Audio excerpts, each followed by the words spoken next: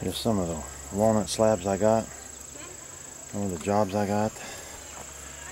This is cutting like a stump. They're absolutely beautiful. Look at the grain and the color in that. I'm gonna make this one right here a couple inches thick. I'm gonna make me a nice little coffee table out of it. Beautiful. See some of the slabs I got. Here's one of the really nice ones too. A couple inches thick.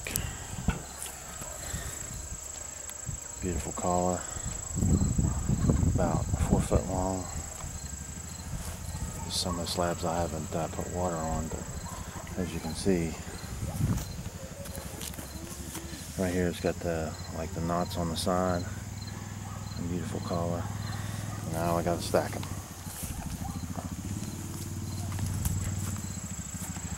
I just love the color on these. Beautiful.